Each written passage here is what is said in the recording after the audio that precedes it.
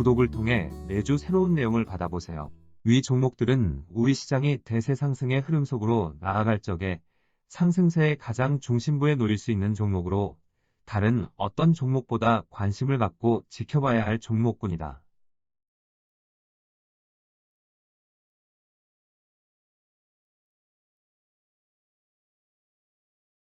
뱅크 오브 아메리카에서 90%에 달하는 상승폭이 필요한 상황.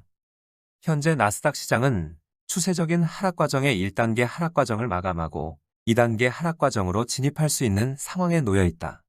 1단계 하락 과정에서 나스닥 시장은 고점에서 35%에 달하는 하락폭이 발생하였다. 그런데 최근 2단계 하락 과정으로 진입하려고 이를 살짝 깨고 내려가는 모습을 보여주므로 현재까지 나타난 하락폭은 고점에서 37% 수준이다. 나스닥 시장에서 이런 하락폭이 발생하는 동안 애플은 최고점에서 29%의 하락폭이 발생하였고 마이크로소프트는 37%, 그리고 테슬라는 50%를 넘어서는 하락폭이 발생하였다. 격가지에 속하는 다수의 기술주는 더욱 더 큰 폭으로 밀려났다. 우리 시장에서 미국의 기술주의 흐름과 맥을 같이 한 네이버와 카카오의 경우도 작년 최고점에서 각각 67%와 73%에 달하는 하락폭이 발생하였다. 네이버와 카카오의 경우 우리나라를 대표하는 기술주라고는 하지만 기술주 전반의 흐름에서 보면 격가지에 불과하다. 따라서 나스닥 시장이 최고점에서 50% 전후에 달하는 하락폭이 발생할 경우 이들 종목은 최고점에서 80% 전후의 위치까지 밀려날 가능성이 높다.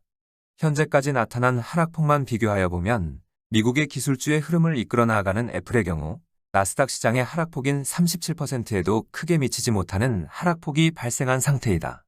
그리고 마이크로소프트는 나스닥 시장의 하락폭에 준하는 하락폭이 발생하였고 테슬라는 이보다 큰 하락폭이 발생한 상태인데 이것은 현재 하락 과정이 진행 중에 놓여 있기 때문에 나타난 현상이다.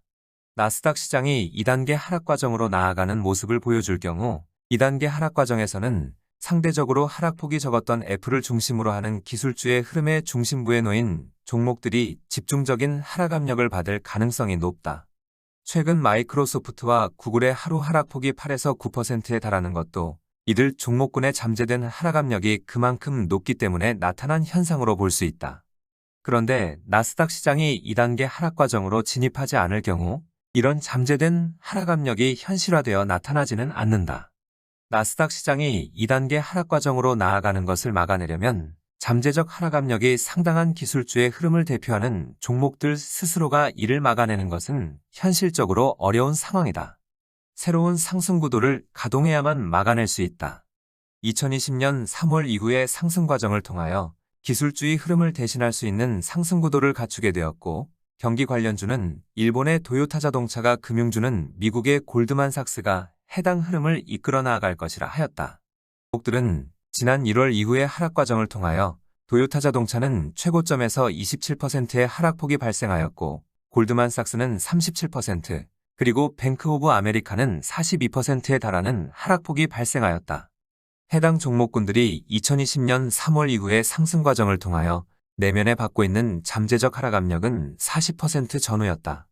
2020년 3월 이후의 상승 과정을 모두 마감하는 하락 과정이 발생한 1월부터 3월 중순까지 발생한 하락 과정에서 이들 종목군은 고점에서 40% 전후에 달하는 하락 압력을 받고 있었다. 그리고 지난 3월 30일 이후부터 세계 주식시장 전반으로 추가로 강한 하락 압력이 작용하였다.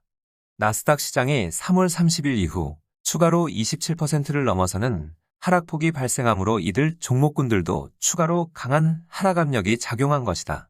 그리고 지난 8월 16일 이후 또다시 나스닥 시장은 20%를 넘어서는 하락폭이 발생하면서 이들 종목군의 세 번째 하락 압력이 작용하였다.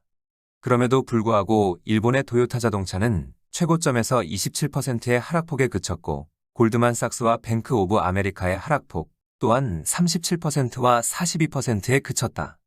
이들 종목군의 경우 2020년 3월 이전에는 큰 폭의 상승 과정이 발생한 적이 없으므로 해당 종목군 내면에 남아있는 잠재적 하락 압력 또한 남아있지 않다. 해당 종목군 내면에는 잠재된 큰 하락 압력은 없고 2020년 3월 이후 보여주었던 추세적인 상승 과정으로 나아가겠다는 새로운 상승 기운만 남아있는 것이다.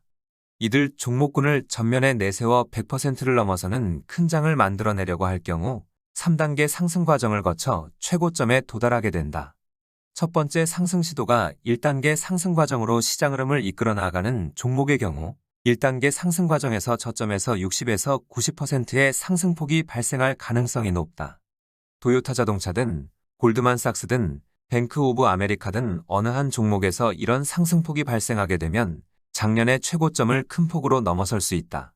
지난 1월 이후에 하락 과정이 발생하기 전에 시장 위치인 언제든 본격적인 추세적인 상승 과정으로 나아갈 수 있는 시장 위치를 되찾을 수 있는 것이다.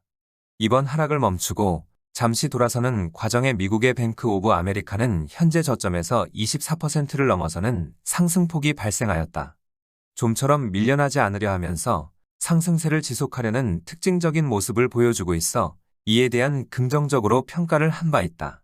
그리고 시장 상황상 일시적으로 크게 밀려나는 모습을 보여주더라도 더 강한 모습으로 돌아서 상승세를 지속하려고 할 경우 상승 구도를 가동시키려고 하는 의지를 보여주게 된다.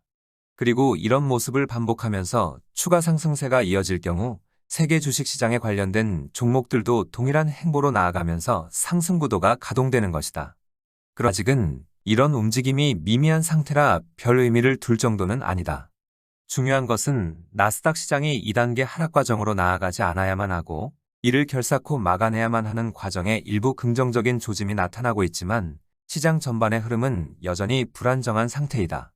기술주의 흐름에서 가장 중심부에 놓인 종목에게서 충격적인 폭락 과정이 쉽게 발생하고 있기 때문이다.